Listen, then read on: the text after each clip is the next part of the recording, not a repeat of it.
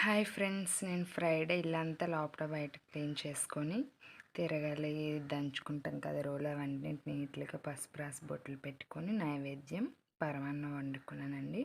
చక్కగా దేవుడి గది ముందు కూడా నీట్గా ముగ్గు పెట్టుకొని నైవేద్యం పెట్టుకొని ఆవునైతే దీపారాధన చేసుకున్నాను దేవుడికి. అంతే, ఫ్రైడే పూజ అండి నాది. చాలా సింపుల్గా చేసుకున్నాను నేను. శ్రావణ మాస శుభాకాంక్షలు అండి అందరికీ. మా బాబు అయితే నేను పూజ అంతా అయిపోయాక నిద్ర లేచిన వెంటనే వాడికి కూడా స్నానం చేపిస్తే వాడు బాగానే దండం పెట్టుకుంటాడండి దేవుడికి. డైలీ మేము పెట్టుకోవడం వల్ల వాడికి అలవాటు అయిపోయింది. క్యూట్గా పెట్టుకుంటాడు దండం మాత్రం.